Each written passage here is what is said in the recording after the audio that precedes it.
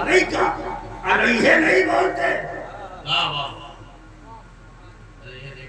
یہ ضمیر علیہ جو ہے اگر ہوتی تو لوگ کہتے اس کا مرجع کون ہے نا؟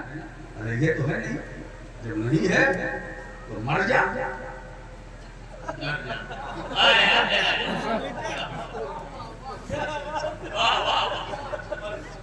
جب مرجع نہیں ہے مرجع کیا رکھا ہے ایسی زندگی میں جس میں ذوق بندگی نہ ہو، ہے نا؟ اسی لیے میں کہتا ہوں کامیاب بندگی وہی ہے جس میں زندگی ہو، وہ کامیاب زندگی وہی ہے جس میں خدا کی بندگی ہو۔ زندگی بے بندگی شرمندگی، زندگی بے بندگی شرمندگی، صحیح ہے نا؟ دیکھیے صاحب، اس صحت کا اعلان کر رہے ہیں، کھانا ہضم ہوتا ہے اور روٹی اور بوٹی اچھی طرح سے تحلیل ہو جاتی ہے، معدہ اسے قبول کر لیتا ہے تو پھر وہ کہتا ہاں بالکل اچھی صحیح بات۔ سبحان اللہ۔ اچھا یہ بتائیے میری باتیں سب سمجھ میں آ رہی ہیں؟ بیچ بیچ میں تھوڑا سا لطف سخن کے لیے کہ میں چاہتا ہوں کہ آپ بور نہ ہوں، ہے نا؟ اور ہر بات میں آپ کے ذہن میں اتاروں۔ علیکہ اے نبی آپ پر، جیسے میں کہوں آپ کا بیٹا، آپ کا بیٹا، تو میں نے آپ کا جس کا کہا یا تمہارا جس کا کہا، اس کا مطلب یہ تو میرے سامنے ہے، تبھی تو میں کہہ رہا ہوں تمہارا بیٹا یا آپ کا بیٹا، ایسا کیا اس نے ویسا کیا۔ اگر باپ سامنے موجود نہ ہوتا تو میں کہتا کہ آپ کا بیٹا، میں کیا کہتا؟ اس کا بیٹا۔ اگر جب باپ سامنے موجود ہے میں نے کہا جناب آپ کا بیٹا، تو جہاں ہوتا ہے باپ وہاں بولا جاتا ہے آپ، جہاں ہوتا ہے باپ وہاں کیا بولا جاتا ہے؟ باپ باپ باپ۔ اور بات کس کی ہو رہی ہے؟ جو ہے باپ،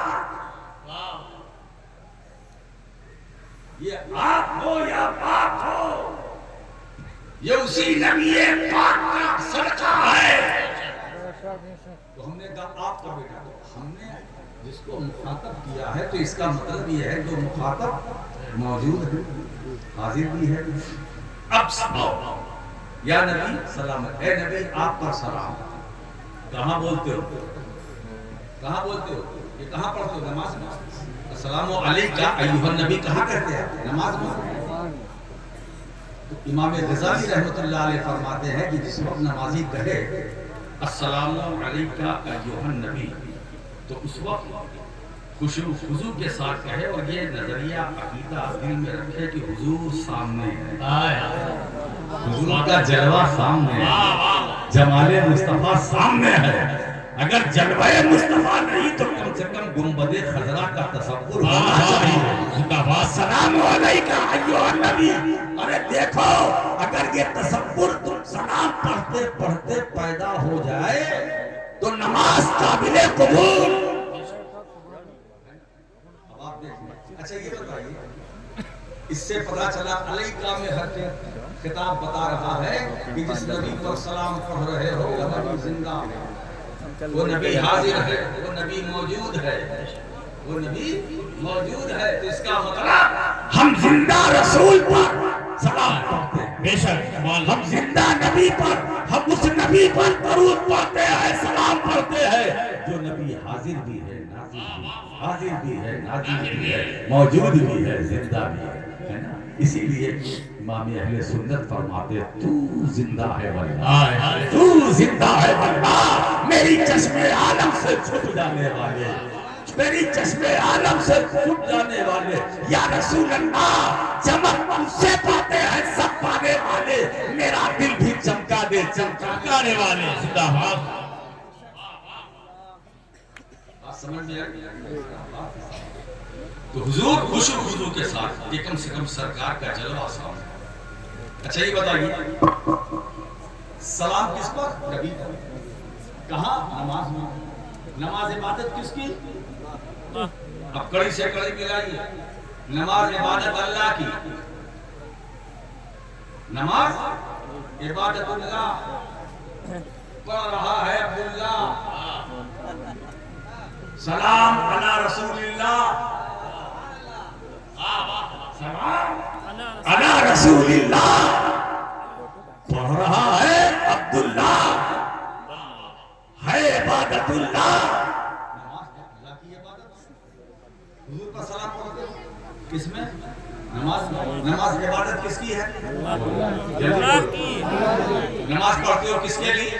اچھا نماز میں کھڑے ہوتے ہو کس کے لیے؟ جلدی جلدی. رکوع کرتے ہو کس کے لیے؟ سجدہ کرتے ہو کس کے لیے؟ نماز میں جو کچھ پڑھتے ہو کس کے لیے؟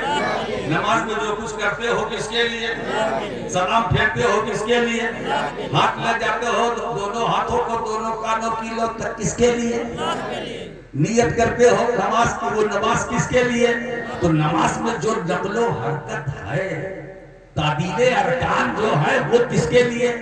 بولو جلدی جلدی بولو. اچھا اب آپ نے کہہ دیا کہ نماز میں ہم جو کچھ کرتے ہیں اللہ کے لیے, جو کچھ پڑھتے ہیں اللہ کے لیے, سورہ فاتحہ پڑھتے ہیں اللہ کے لیے, دوسری سورت پڑھتے ہیں اللہ کے لیے, یہ آپ نے مان لیا. نماز میں ہم جو کچھ کرتے ہیں اللہ کے لیے, نماز میں جو کچھ پڑھتے ہیں وہ اللہ کے لیے. ارے پوچھو اے نمازیو, ذرا رک کر سوچو تو ایک لمحے کے لیے, نماز میں جو درود و سلام پڑھتے ہو وہ کس کے لیے, وہ کس کے لیے؟ تو جواب یہی دیا جائے گا کہ ہم نماز میں سلام نبی پر پڑھتے ہیں, عبادت خدا کی ہے, درود مصطفیٰ پر ہے, عبادت خدا. واہ واہ واہ واہ, زندہ باد زندہ باد. بندو میرے محبوب پر سلام پڑھو, سلام مصطفیٰ پر عبادت میری, درود میرے محبوب پر عبادت میری, ہے نا. اسی لیے دوستو یہ درود و سلام ہے کیا؟ یہ نماز میں رکھا گیا ہے نا. اچھا ایک بات, اگر ذوق ہو تو ایک صوفیانہ کلام کر دوں. ذوق ہو یہ درود و سلام نماز میں کیوں؟ وہ خالص عبادت اللہ کے لیے,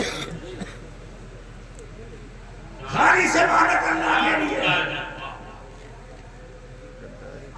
اور درود کے بغیر, سلام کے بغیر نماز نہیں, اور سلام کے بغیر نماز نہیں, اور نماز اللہ کی عبادت. یہی ہے عقیدہ اہل سنت, یہی ہے یہ درود و سلام کو رکھا گیا. کہیں ایسا تو نہیں, اب دیکھیے عارفانہ ہے, کہیں ایسا تو نہیں کہ ہماری نمازوں میں کہیں کوئی کمی رہ گئی ہو, کہیں کوئی نقص رہ گیا ہے نا, کہیں کچھ لچک رہ گئی, کہیں کچھ چوک ہو گئی ہو, ہے نا. وہ تو رب جانے. اسی لیے رکھا گیا درود و سلام کہ اگر نماز میں کہیں کچھ کمی رہ گئی ہو تو درود و سلام کی برکت سے اس کمی کو رب معاف فرما دے, ہے نا, اس کمی کو خدا معاف فرما دے. اسی لیے میں کہتا ہوں مصطفیٰ پر درود و سلام خدا کی بارگاہ سے بھیک لینے کا طریقہ ہے. خدا چاہتا ہے بندو مجھ سے سوال کرو, سوال کرنے سے پہلے درود پڑھتے رہو, درود پڑھتے رہو. جب میرے محبوب پر درود و سلام پڑھ کر مجھ سے بھیک مانگو گے تو میں تمہیں وہ بھی دوں گا جو تم نے مانگا, اور وہ بھی دوں گا جو تم نے نہیں مانگا. زندہ باد زندہ باد. نعرہ تکبیر, نعرہ رسالت, اولاد مخدوم سمنا, نعرہ تکبیر, نعرہ. کبھی کبھی جب ذوق بیدار ہوتا ہے تو یہ مصرع آ جاتا ہے زبان پر, یہ مصرع آتا ہے کیا؟ خود بدلتے نہیں قرآن کو بدل دیتے, خود بدلتے نہیں قرآن کو بدل دیتے ہیں. ہوئے کس درجہ فقیہان حرم بے توفیق, ہوئے کس درجہ فقیہان حرم بے توفیق. میرے دوستو ادب کا حیث زیر آسمان از عرش نازک تر نفس گم کردہ بھی آیا جنید و بایزیدی جا. حضرت جنید بغدادی بایزید بستامی جب سرکار کی بارگاہ میں جاتے تھے تو ان کے ادب کا کیا معیار تھا؟ جتنی دیر تک وہ اپنی سانسوں کو روک سکتے تھے اتنی دیر تک حضور کی بارگاہ میں رہتے تھے. اور جب ان کو یہ احساس ہوتا تھا کہ اب میری سانس اکھڑنے والی ہے باہر نکلنے والی ہے تو وہ حرم کی حد سے باہر چلے جاتے تھے دوڑتے ہوئے. کیوں؟ یہاں سانس لینا تو ہے مگر سانس نکالنا بے ادبی ہے. سانس نکالنا بے ادبی ہے. ادب کا ہے زیر آسمان از عرش نازک تر دو بایزیدی جا بے مصطفیٰ پہ رکھا پیش راکتی ہماؤس اگر بہن رسیدی تمام. ذرا مگر ایک بات بتاؤں اب بالکل میں نے ایک خوبصورت خطابت کا گلدستہ تیار کر دیا ہے اور جو آخری مرحلہ ہے آخری پڑاؤ میری تقریر کا اللہ فرماتا ہے جب یہ سب کچھ سمجھ لیا تو اب سمجھنے کی کوشش کرو. من تزکا وذکر اسم ربہ فصلی یقیناً وہ کامیاب ہو گیا. یقیناً وہ کامیاب ہو گیا جس نے پاکی حاصل کی اپنے رب کا نام لیا پھر نماز پڑھی. کیا ترتیب ہے اس آیت کے اندر ہے نا؟ کیا ترتیب ہے؟ نماز بعد میں باقی پہلے پاک ہو. کیا پاک ہو؟ پہلے اپنے نفس کا تزکیہ کرو. یہ جو دلوں کے اندر قدورت ہے اسے نکالو. عداوت ہے اسے نکالو. یہ بغض و کینہ ہے اسے نکالو. یہ حسد جلن کینہ کپٹ تیری میری ان کی ہم اسی پر خالی دنیا. پیر صاحب ہاں دیکھیے وہ بھی بات. پیر صاحب یہاں درد ہے. اب پیر صاحب نے کہا کڑوا تیل لائے ہو؟ ہاں حضرت لائے ہیں. لاؤ. دم کیا کہا دوئی بولستان میں دوئی بولستان میں. ارے بابا درد کیوں نہ ہوگا اس میں تو خون بھرا ہے. کسی ڈاکٹر کے پاس جاؤ کان کی صفائی کراؤ ہو جائے گا. کوئی بھی بندہ نہیں آتا حضور میرے لیے دعا کرے میری آخرت سمجھ جائے. جو آتا ہے دنیا کا سوال کرتا ہے آخرت کا نہیں. ایسا نسخہ پیر صاحب بتائیے کہ ہماری آخرت سمجھ جائے ہماری قبر میں جائے تو برزخ کی زندگی سمجھ جائے. وہ نسخہ بتائیے سب دنیا میں. اسی لیے خواجہ نظام الدین اولیاء ہے نا جو تزکیہ نفس کر لیتا ہے یہ وہی بول سکتا ہے. وہ کیا فرما رہے ہیں؟ سرکار نظام الدین اولیاء محبوب الہی فرماتے ہیں لوگوں دنیا میں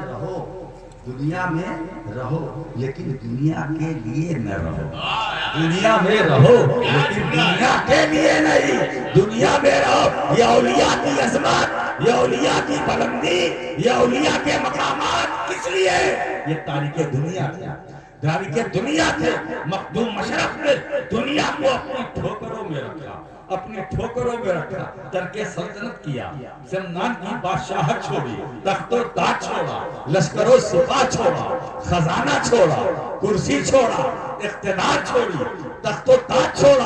اچھا یہ بتاؤ کوئی کرسی پا کر کرسی چھوڑتا ہے؟ دیکھ لو بھارت کا کیا حال ہے. ایک کرسی کے لیے کتنا ٹکراؤ.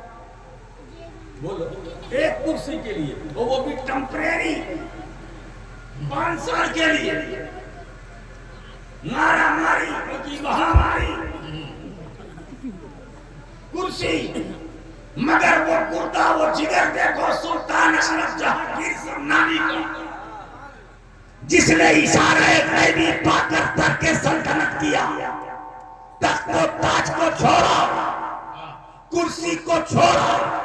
میں نے عالم تصور میں عرض کیا آقا اشرف سمنانی تخت و تاج کو کیوں چھوڑا؟ وجہ کیا ہے؟ کیوں چھوڑا؟ کوئی تخت چھوڑتا ہے تاج چھوڑتا ہے تو جواب دیا وہاں سے کی روحانیت نے جواب دیا فرزند نور العین تجھے یہ راز نہیں معلوم میں بتاتا ہوں. میں نے تخت و تاج کو کیوں چھوڑا؟ جو تخت پر بیٹھتا ہے وہ محروم ہوتا ہے اور جو تخت کو ٹھکرا دیتا ہے وہ زمانے کا مخدوم. واہ واہ واہ واہ واہ سبحان. تو محروم بننا ہے تو کرسی پر بیٹھو. زمانے زمانے کا مخدوم بننا ہے تو کرسی کو چھوڑ دو. تو دوستو تو دنیا میں رہو, دنیا کے لیے نہ رہو, دنیا کے لیے نہ رہو. کس کے لیے رہے؟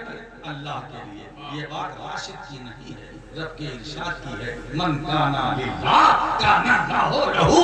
جو اللہ کے لیے ہو جاتا ہے اللہ اس کے لیے ہو جاتا ہے. تو بات یہ ہے کہ زبان عبداللہ کی ہوتی ہے مگر جو کلام نکلتا ہے وہ اللہ کا. وہ کامیاب ہو گیا جس نے اپنے اندر کی صفائی کر لی, نفس کو پاک صاف ستھرا کر لیا, اور کرنے کے بعد پھر اپنے رب کا ذکر کیا, پھر نماز پڑھی تو ذکر بھی معتبر, نماز بھی معتبر. کیوں؟ اب وہ تو بے نفس ہے نا, بے نفس ہے. جو بے نفس ہوتے ہیں وہ نفس والوں کے ساتھ نہیں رہتے. مخدوم اشرف جہانگیر سمدانی نے فرمایا, ایک ان کا قول ہے, لوگ میرے غلام کے غلام ہیں,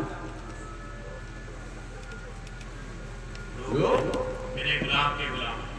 اب اس میں چینی کوئی شروع ہو گئی کہ حضرت اپنا غلام کہتے تھے, بات سمجھ میں آتی میرے غلام کے غلام ہیں, میرے غلام کے آئے بارگاہ اشرفیہ میں کیا سرکار آپ اپنا غلام کہتے تھے, بات سمجھ میں آتی میرے غلام کے غلام ہیں. حضور مسکرا کے جواب دیتے آپ نے پڑھا کیا؟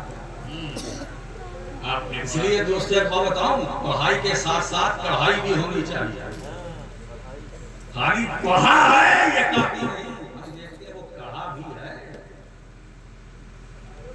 پڑھائی کے لیے مدرسہ چاہیے, پڑھائی کے لیے بختور مشرف کی خانقاہ چاہیے, غریب نواز کا دربار چاہیے, صابر پاک کی بارگاہ چاہیے, خواجہ نظام الدین اولیاء کی چوکھٹ چاہیے, بابا فرید گنج شکر کا دربار چاہیے.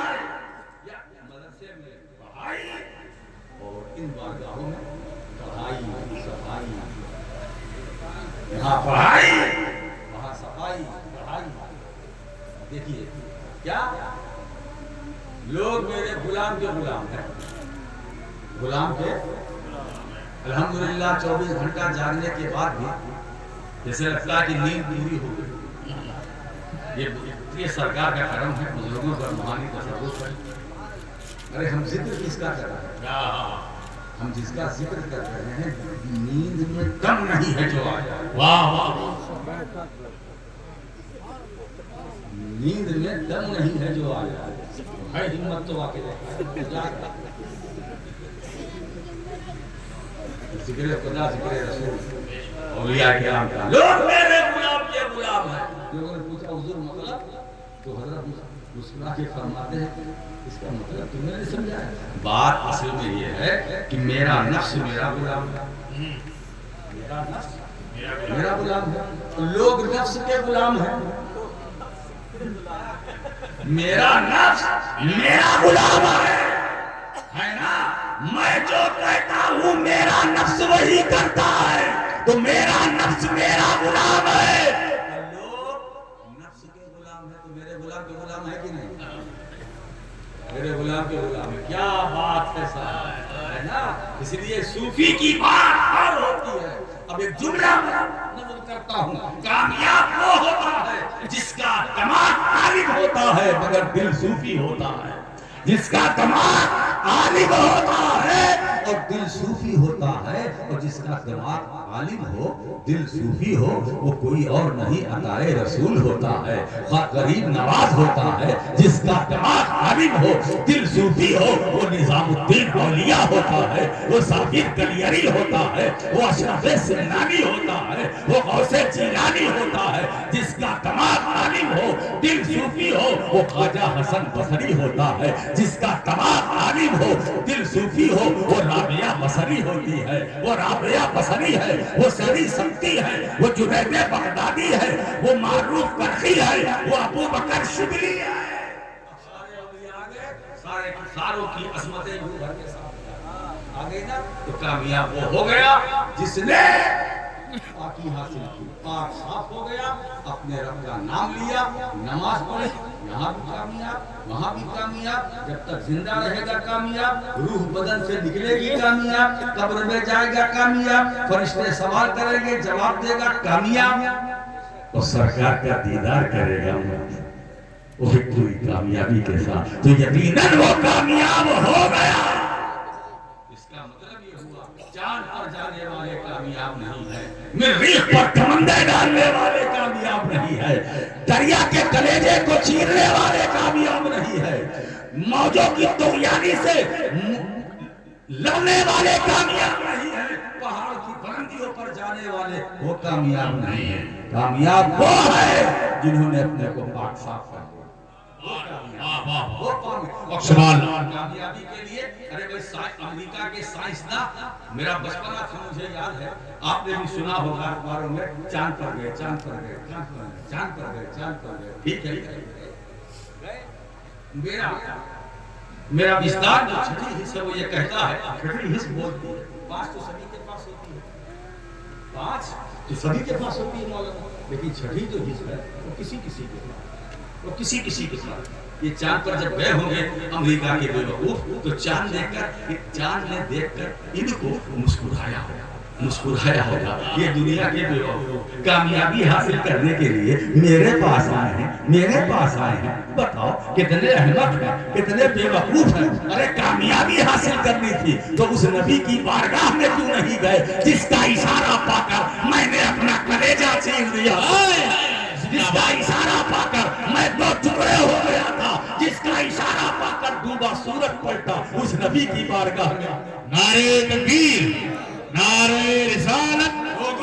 کامیابی اگر ملے گی آج بھی تو در مصطفیٰ سے ملے گی، در مصطفیٰ سے ملے گی، اور رسول کے وسیلے سے در مصطفیٰ سے ملے گی، در مرتضیٰ سے ملے گی، در سیدہ سے ملے گی، در حسن مصطفیٰ سے ملے گی، در حسین شہید کربلا سے ملے گی، در خواجہ پیا سے ملے گی، در اشرف پیا سے ملے گی۔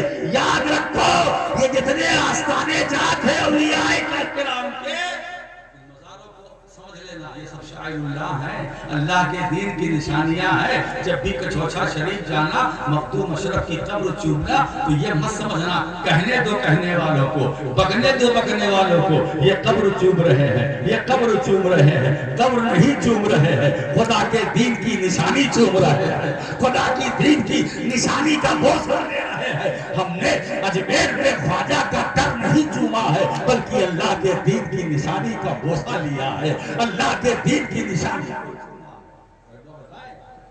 دوستو جو خدا کے دین کی نشانیوں کی تعظیم کرتا ہے تو خدا کیا فرماتا ہے؟ وَمَن يُعَظِّمْ شَعَائِرَ اللَّهِ فَإِنَّهَا مِن تَقْوَى الْقُلُوبِ، جس نے خدا کے دین کی نشانیوں کی تعظیم کی، بلا شبہ یہ دلوں کا تقویٰ ہے۔ اگر اپنے دل کو متقی پرہیزگار بنانا چاہتے ہو تو شاعر اللہ کی تعظیم کرو، تم یہاں بھی کامیاب رہو گے، مر کر جاؤ گے وہاں بھی کامیاب رہو گے، پل صراط سے گزرو گے تو گزرتے گزرتے کامیابی کے ساتھ گزرو گے، یہاں تک کہ حساب کتاب ہوگا انشاءاللہ وہ بھی پوری کامیابی کے ساتھ، اور جنت میں جاؤ گے اسی کامیابی کے ساتھ۔ وہ آخر ہوتا